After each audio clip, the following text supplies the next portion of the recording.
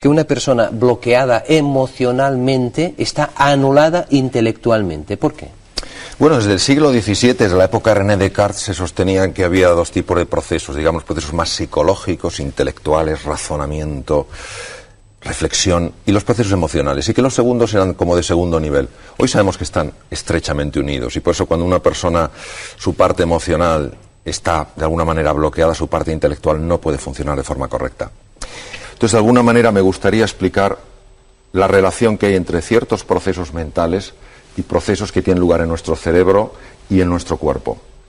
Y bueno, me gustan mucho las metáforas, de hecho la he utilizado para el último libro. Es cuando el gusano se mete en esa estructura, en esa oscuridad, y parece que ahí, bueno, va a finalizar, entra en lo que se llaman las enzimas proteolíticas y de alguna manera, bueno, le destruyen, pues lejos de desaparecer, sencillamente se convierte en otro ser. Claro, para un gusano es imposible prever lo que podría hacer siendo una mariposa. Son posibilidades que emergen también en nosotros, en los seres humanos, y que nos permiten lograr cosas que normalmente no logramos. Ha habido personas que se han acercado mucho a la estructura profunda de la personalidad, de la psique. Y digamos que una de ellas pues, podría ser Carl Gustav Jung. Él nació en Zúrich, nació en Suiza, durante tiempo fue un colaborador de Sigmund Freud, que era austriaco, y en algún momento digamos que Jung no se quedó tan conforme con la idea que tenía Freud de algunos puntos oscuros del ser humano, y empezó a indagar más.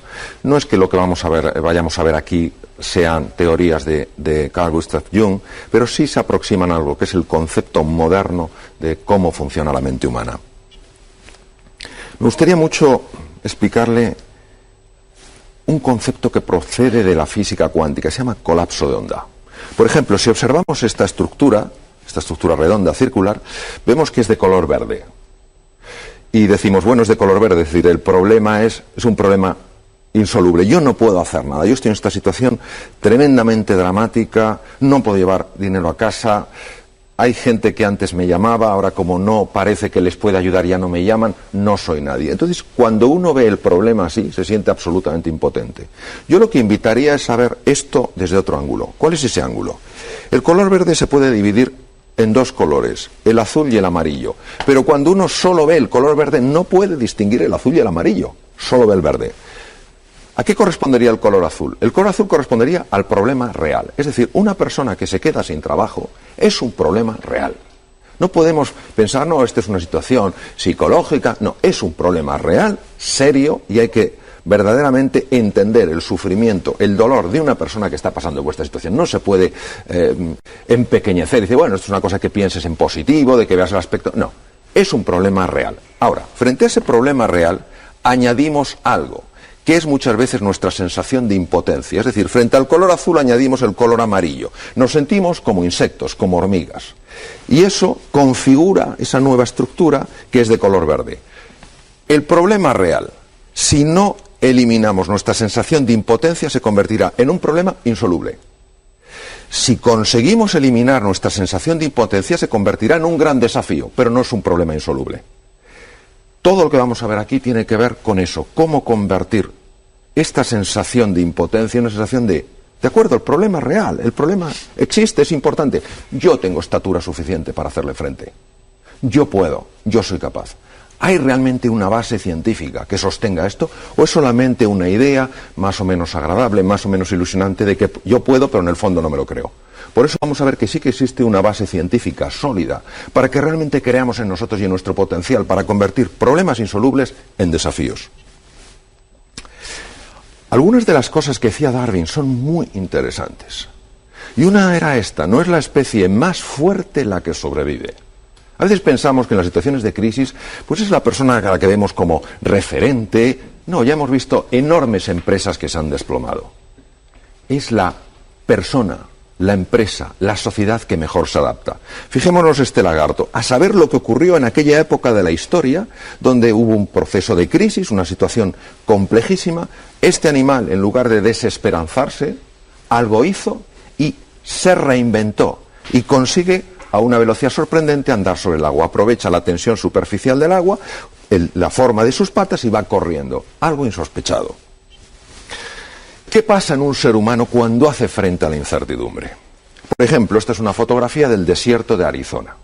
El desierto de Arizona tiene peligros, tiene serpientes cascabel, muy grandes por cierto, tiene coyotes, son peligros, pero tiene otras cosas, tiene posibilidades, los cactus tienen unas tremendas utilidades, hay muchas cosas muy interesantes. ¿Qué nos pasa a los seres humanos cuando nos encontramos frente a un entorno nuevo, incierto? Nuestro mapa previo no nos sirve. Decimos, ¿qué hago aquí? Aquí es donde es fundamental que entendamos qué pasa en nuestro cerebro. Cuando un ser humano entra en la incertidumbre, la naturaleza le ha hecho un regalo. ¿En qué consiste ese regalo? Consiste en 4 cosas. Primero, aumenta su espíritu explorador. ¿Para qué? Para ir investigando la nueva Tierra, si no, ¿cómo la va a conocer? En segundo lugar, aumenta su capacidad de atención. Si hay 100 datos de la realidad y normalmente captamos 4, empezamos a captar 40. Aumenta la capacidad de aprendizaje. ¿Por qué? Porque la nueva Tierra tenemos que cometer pocos errores, y si cometemos errores, que los vamos a cometer, aprender rápidamente de ellos. Y aumenta la creatividad. Esto es debido a un cambio drástico en el funcionamiento cerebral. Es decir, el ser humano está dotado ante las situaciones de crisis, incertidumbre y cambio para sacar a flote un tesoro oculto. De hecho, esto no es novedoso. Nosotros procedemos de un ser pequeño, de pocas capacidades aparentemente, que apareció hace 2,5 millones de años en el este de África. Se enfrentó a una época de sequía tremenda y fue evolucionando, se adaptó. Hace 1 millón de años, imaginemos el coraje y la audacia de estas personas. Cogieron troncos y llegaron desde el este de África hasta Australia, Java, China. Espectacular. Es decir, el ser humano se ha estado adaptando continuamente a lo largo de su historia a procesos de crisis, a procesos de cambio profundo. ¿Qué ocurre? ¿Qué ocurre en su cerebro? ¿De dónde sale este tesoro, esa fuerza para adaptarse?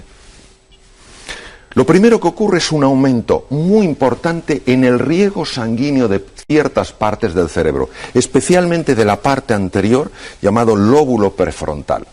¿Qué hace el lóbulo prefrontal? Los lóbulos prefrontales, ya que tenemos uno en cada hemisferio, los lóbulos prefrontales hacen precisamente eso. Nos ayudan a prestar más atención, a aprender más deprisa, a ser más creativos. Nos invitan a explorar. Hay una secreción de una sustancia llamada dopamina que invita a explorar. Además, esto es fundamental, porque yo cuando estudié medicina hace ya muchos años, recuerdo que me dijeron 2 cosas. Primero, que a los 7 años la personalidad ya estaba definida. Oiga, es que yo tengo 28, lo siento, es tarde. Y lo segundo es que las neuronas solo morían. Entonces cada un día uno se perdía por la calle y decía, anda, ¿dónde iba yo? Pues otras 100.000 neuronas que han debido morir. Claro, esto era muy triste, porque claro, a medida que ibas aumentando de edad, tus células nerviosas iban muriendo. Claro. Era con la información técnica de entonces. Con la actual, esto ha cambiado. Esto que vemos aquí es una maravilla. Se llama neurogénesis. Células madre, células pluripotenciales, capaces de convertirse en cualquier cosa en las cavidades cerebrales, emigran a esta estructura llamada hipocampo y empiezan a convertirse en neuronas. Observemos, esta ya ha hecho una neurona apical, una dendrita apical, y empiezan a convertirse cada vez más en lo que son neuronas físicamente evidenciables. Esta estructura hipocampal, ¿para qué sirve? Sirve para aprender deprisa, sirve para controlar el pánico y además segrega una sustancia que se llama dopamina, que le he comentado antes, que nos permite mantenernos ilusionados en medio de la dificultad. Es decir, nuestro cerebro está preparado para la incertidumbre. Ahora, este es el modo o el mecanismo de adaptación. Tenemos otro, que es el de supervivencia. Frente a un tigre de Bengala, no tiene sentido empezar a ver si yo puedo negociar con el tigre. No tiene sentido empezar a buscar si hay 27 opciones. Empezar a analizar o a reflexionar. Hay que hacer otra cosa, porque si no, no sobrevivimos. En este caso ya no me interesa adaptarme, me interesa sobrevivir. Para sobrevivir tiene que producirse un cambio drástico en el funcionamiento del cerebro. Toda la corteza, esa parte arrugada, la razón por la que está arrugada es porque si no, no nos cabría en la cabeza el cerebro, extendido no nos cabría. Tiene que arrugarse para reducir su tamaño. Esa parte tan importante en el análisis, en la toma de decisiones, en la creatividad, no tiene sentido en la defensa contra un depredador. Pero sí tiene sentido una parte del cerebro mucho más profunda, que se llama sistema límbico, en griego limbo quiere decir anillo, como vemos aquí, y también quiere decir puerta a otra dimensión. Y especialmente una estructura en forma de almendra, viene del griego almendra, que se llama amígdala y que tenemos en los dos lados. En ese momento, ante el depredador, la corteza cerebral dice, yo no soy la que aquí tengo que gobernar el proceso. Amígdala, sube y controla el proceso. ¿Qué hace la amígdala? La amígdala entra en lo que se llama un modo de alarma y empieza a poner en marcha mecanismos ancestrales que me dan al menos opciones para hacer frente al tigre. Claro, ¿qué 3 opciones ha encontrado la naturaleza? Pues ha encontrado 3. Claro, yo ante un tigre no puedo tener 33 opciones, porque es que no sobrevivo. Son 3, ataque, huida o bloqueo. Pero claro, el ser humano atacando a un tigre, se han observado ataques a animales peligrosos cuando había un ser querido entre el animal peligroso y la persona, o la huida, o el bloqueo. Hace falta un cambio drástico en el funcionamiento de la musculatura. Yo no tengo ninguna opción frente a un tigre de Bengala. Yo no puedo correr a suficiente velocidad. Es curioso porque un amigo mío inglés me ha dicho hace poco, él viaja mucho a Australia, que ha visto en la televisión australiana que han detenido a un padre porque quería que su hijo fuera un gran nadador. Claro, el padre ha encontrado un sistema un poco peculiar para entrenar al hijo, le soltaba un caimán. Claro, el hijo usaba hasta las orejas para nadar. Claro, bien, al padre le interesaba más tener una medalla olímpica, aunque tuviera un hijo con un trauma de por vida, ¿no? Bien, es lo que a veces ocurre. ¿Qué pasa? Que tiene que ir mucha sangre a los músculos para que tengan una potencia brutal. ¿De dónde la sacan? Pues en primer lugar de las partes del cerebro que no son imprescindibles. Claro, el cerebro lo vemos aquí y el cerebro es una estructura pequeña en relación con el cuerpo, pesa el 2% del cuerpo, pero se lleva el 25% de la sangre. ¿Qué hace en su sabiduría el organismo? Dice, hay que llevar sangre a los músculos. Cerebro, todas las áreas que no son imprescindibles, negociación, creatividad, reflexión profunda, análisis, fuera. Pero no es suficiente la sangre que se lleva del cerebro, no. Tiene que llevarse a otras partes, donde se la lleva el tubo digestivo. Claro, no tiene sentido que a mí me vaya persiguiendo un tigre de Bengala, vea una piña y digo, oh, qué pinta tiene esa piña. No tiene ningún sentido. Con lo cual, el tubo digestivo se queda sin sangre. También de otras partes, obviamente, todo el sistema reproductor, zonas que en ese momento no son imprescindibles para la vida. Es decir, este es un sistema fantástico. ¿Por qué? Porque lleva la sangre donde es necesaria, a los músculos, y la quita de donde no es imprescindible. Hasta aquí no hay ningún problema. ¿Dónde está el problema? El problema está en que los mecanismos de supervivencia activados por la amígdala no solo se activan ante la presencia del tigre, ante la presencia del depredador, se sabe perfectamente que se activan frente a la amenaza mental. Es decir, cuando una persona ha perdido su trabajo y se siente no querido porque ha podido trabajar extraordinariamente bien, esforzarse, no tiene ninguna culpa en lo que le ha pasado. Pero cuando esa persona empieza a sentirse aislada, ultrajada, abandonada, rechazada, sin darse cuenta está activando el mismo modo cerebral que ante el depredador. Empieza a ver que los demás le miran de otra manera, empieza a sentirse excluido, en parte se da cuenta, pero la mayor parte de estos procesos son inconscientes. ¿Qué pasa? Pues que igual que la amígdala era activada directamente por la visión del depredador, es un proceso de 80 milésimas de segundo, esquemas mentales que tenemos en el cerebro pueden activar la amígdala. ¿Cuáles son los esquemas mentales? Se sabe que cuando una persona empieza a darle vueltas a una conversación negativa, me he quedado sin trabajo, ¿quién soy yo? Nadie. Ahora, ¿cómo voy a salir? De ninguna manera. ¿Quién va a contar conmigo? ¿Quién va a contar? Pues nadie, no va a contar nadie. Se sabe que ese tipo de conversaciones negativas, se ha estudiado con resonancia funcional magnética, empiezan a ocurrir en la zona prefrontal, la parte verde, justo encima del ojo derecho. Ahí tenemos las conversaciones negativas. Empezamos a darle vueltas y vueltas y vueltas a lo mismo. El problema es que la idea acaba convirtiéndose en un sentimiento porque si observamos la parte verde y la parte amarilla están muy cerca, este es el gran cíngulo anterior, y esto transmuta un pensamiento en un sentimiento. Ya no es que lo vea difícil, ahora es que me siento incapaz. Una vez que el cíngulo anterior se ha activado, activa directamente las amígdalas. Es decir, lo mismo que hacía el tigre. La diferencia es que ahora ha sido con un pensamiento que no paro de darle vueltas a lo mal que está, que no tengo salida, etcétera, etcétera. Quiero que seamos conscientes del increíble poder que tiene el pensamiento para afectar al cerebro.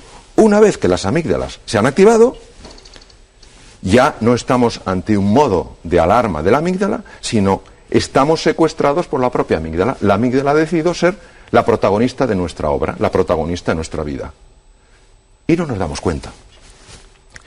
La amígdala activa todo un sistema de alarma en el cuerpo, es una hormona que se llama CTH, el sistema de alarma se llama sistema nervioso simpático, el cual a su vez afecta a unas glándulas que están encima de los riñones llamadas suprarrenales, esta es una fotografía de las suprarrenales, con microscopía, y las suprarrenales empiezan a producir adrenalina, noradrenalina y cortisol.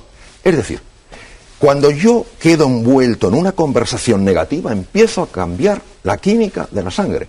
No digo tener una emoción de tristeza, desesperanza, eso es ser humano. Es quedarme anclado. Tenemos emociones, pero vivimos en estados de ánimo. Cuando vivo en un estado de ánimo negativo, empiezo a llenar mi sangre, sobre todo de cortisol. ¿Cuál es el efecto? Pues lo que hemos visto. Nuestro cerebro entra en modo de ataque, huida o bloqueo. Me vuelvo irritable, me ofrece una posibilidad de trabajo y digo, no, eso seguro que no es para mí, no quiero hablar con nadie. Es decir, es como si metiéramos nuestro cerebro en un bote de conservas. ¿Para qué digo esto? Lo digo para que seamos muy cautos con lo que nos estamos diciendo a nosotros mismos. Ya es suficientemente complejo el mundo exterior para que nosotros lo hagamos más complejo. También me interesa decir que se sabe que la activación mantenida del sistema de alarma hace que el tubo digestivo funcione particularmente mal. Colon irritable, reflujo gastroesofágico, afecta al sistema de defensa contra las bacterias, los virus, porque todos estos procesos de activación mantenida de secuestro amigdalino están deprivando de energía a un montón de sistemas del cuerpo que son necesarios. Es decir, que pararse y decir, tengo un problema real, pero yo tengo una estatura real, yo soy capaz, con ayuda puedo salir adelante, voy a pedir ayuda, voy a ser más proactivo. Tiene la capacidad de afectar físicamente al cuerpo. También a las células. Es curioso porque nunca hubiéramos supuesto que los estados emocionales afectaran la genética. Este es el núcleo de una célula. Recordemos que en el núcleo está el famoso ADN, donde están estos son Watson y Crick. Watson vive, Crick ya falleció, en su laboratorio en Inglaterra, descubrieron el ADN. El ADN está localizado en forma de rollitos dentro del cromosoma. Y el cromosoma observamos que tiene unos taponcitos de color anaranjado en la fotografía, en el dibujo, que se llaman telómeros. Los telómeros se van desgastando y el telómero, ¿por qué está ahí? Para evitar que las fibras de ADN se abran dentro del cromosoma. Es como si quitamos el aislante de un cable eléctrico. ¿Qué pasa si las fibras se abren? Que las personas vivimos menos. La telomerasa es esta sustancia, esta estructura molecular, esta enzima que repara como una araña. Su telaraña repara el telómero. Hoy sabemos que cuando nos dejamos invadir de forma sostenida, repito, sostenida, con estos sentimientos de desesperanza, de vergüenza, de incapacidad, las cifras de telomerasa bajan. Es decir, está mucho en juego. El problema es real. No podemos darnos por vencidos. Recordemos que muchas ideas que tenemos de nosotros mismos están basadas no en nuestra realidad, sino en definiciones que hemos hecho de nosotros mismos cuando éramos pequeñitos. Yo soy así. Yo no soy así. William James, uno de los psicólogos más grandes que ha existido, catedrático de la Universidad de Harvard, murió en 1910. Fijémonos lo que decía, la mayor revolución de nuestra generación es el descubrimiento de que cambiando de mentalidad los seres humanos pueden cambiar aspectos externos de sus vidas. Es decir, que la persona que ha perdido un trabajo no ha perdido su calidad como ser humano, no ha perdido sus recursos, no ha perdido toda la belleza y la sabiduría que hay en su interior. No puede pensar que perder un trabajo es perderse a sí mismo. Ha perdido una cosa, no ha perdido quién es en realidad. El gran Milton Erickson, cuando le preguntaron, bueno, ¿y qué pasa cuando un ser humano empieza a buscar? Dice, pues que estoy fascinado por lo que va a emerger. Porque sabemos que detrás de estas situaciones, cuando la persona no se hunde, sino sobre todo se pone a buscar ¿qué hay de valioso aquí? Aunque sé que cuesta, yo también lo he experimentado, y sobre todo tiene apoyo a su alrededor, lo que emerge es extraordinario. Dos últimas slides. La primera es que a veces vivimos encerrados en una especie de cárceles, de castillos, de mazmorras, sin saber que hay otra posibilidad. Que las personas que lo están pasando especialmente mal en estos momentos, recuerden eso. Son extraordinarios, tengan o no trabajo. Son capaces, tengan o no trabajo. Hay un camino siempre. Y finalmente, esta para recordar que el ser humano libre no es aquel que actúa de acuerdo a sus emociones. Es aquel que decide actuar de una manera como él lo ha elegido, independientemente de cómo se sienta. Para mí eso es la libertad. El segundo punto que me gustaría enfatizar es hasta qué punto el ejercicio físico es importante. Hay una conexión enorme entre la práctica de ejercicio físico y el estado emocional de una persona. Se debe fundamentalmente a la liberación de una hormona llamada oxitocina. La oxitocina desconecta la amígdala a nivel cerebral. Entonces la persona empieza a tomar nueva perspectiva. Las personas que están pasándolo mal, o cuando lo pasemos mal, que lo vamos a pasar mal, lo hemos pasado mal y lo pasaremos mal en momento de nuestra vida, sepamos que el ejercicio físico no es un lujo, es una necesidad. No hablo solo de apuntarse a un gimnasio, hablo de moverse más, de dar paseos. En la depresión, que es unas cosas en las que se puede caer cuando un estado de ánimo es muy limitante, en la depresión se ha observado un crecimiento de los hipocampos. Recordemos esos centros que nos ayudan a aprender, a tener alegría, a controlar el pánico, cuando se hace ejercicio físico. Es decir, hay que salir a hacer ejercicio físico. Tercer tema, hay que enfocarse en lo que uno quiere, no en evitar lo que uno teme.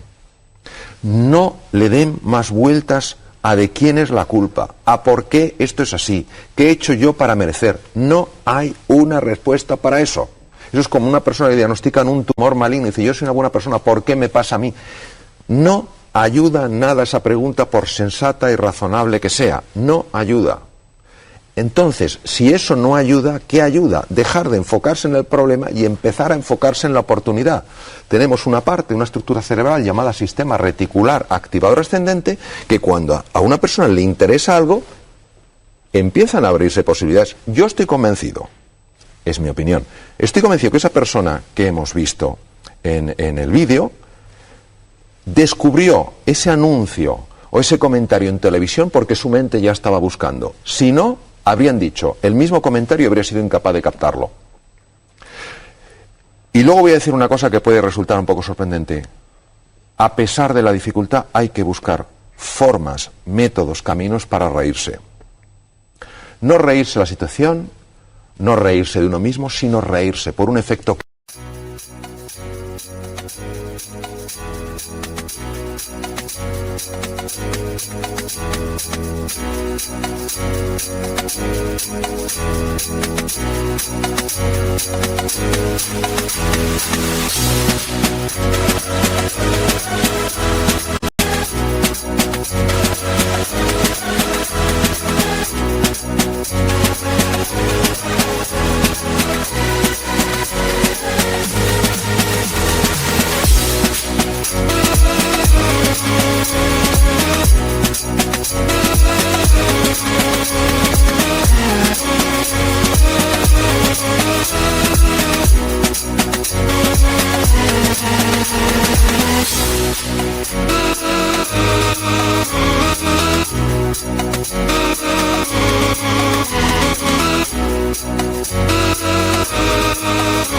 químico. La risa libera beta-endorfina. La beta-endorfina también desconecta la amígdala. Es decir, lo que interesa sencillamente es que cojamos perspectiva. Porque envueltos en tanto residuo tóxico, si es que tenemos razón, pero no tenemos resultados. Entonces tenemos que elegir, ¿qué prefiero? ¿Tener razones y excusas o tener resultados? Claro, sería muy triste que al final en el epitafio de nuestra tumba apareciera: no tuvo grandes resultados en la vida, pero siempre tuvo razón en todo lo que hizo. Entonces, yo creo que tenemos un poco que entrenar nuestra atención, salir un poco de todo aquello que llena de toxicidad nuestras mentes, nuestras vidas, y empezar a enfocarnos en la solución. Porque hay siempre un camino, pero la mente tiene que buscarlo. Lo que el corazón quiere sentir, la mente se lo muestra. Vamos a hablar de lo que nos gustaría que pasara y vamos a ver de lo que muchas veces pasa. Nos gustaría que pasara que la persona que está necesitada de algo pidiera ayuda a sus seres queridos. Habitualmente esto no pasa, o pasa de una forma muy típica. Y a veces los que estamos alrededor, pues hacemos lo que se llama cumplimiento, es decir, cumplo y miento. De alguna manera hago algo para salvar la cara. Bueno, parece que tiene algún problemilla. Oye, estoy aquí para lo que necesitas. ¿Necesitas algo? No, no necesito nada. Ya está, ya he cumplido. Eso no es real. La otra persona es perfectamente capaz de captar la inautenticidad de eso. Compartir destino es: yo estoy aquí para ayudarte de verdad.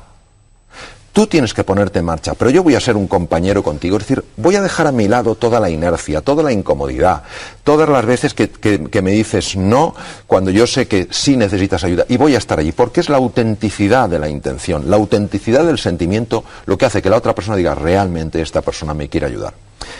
Es mágico Parece mentira que cuando dos personas se encuentran emocionalmente haya un cambio químico en la sangre. Es mágico. No he encontrado nunca en mi vida nada tan potente como la comunicación. Entonces, compartir destino es lo que ocurre con una persona que de verdad te importa. Es decir, estás ahí porque te quiero, estoy dispuesta a sufrir contigo. No podemos meter en el mismo saco elementos tan sumamente diferentes. Hay ciertos tumores malignos que se curan prácticamente en su totalidad y hay otros tumores malignos que son más agresivos. Ahora, ¿cuál es la relación entre un tumor maligno y un ser humano? Es la misma relación que tiene una semilla con un terreno. Hay semillas muy agresivas y hay terrenos muy agresivos con las semillas.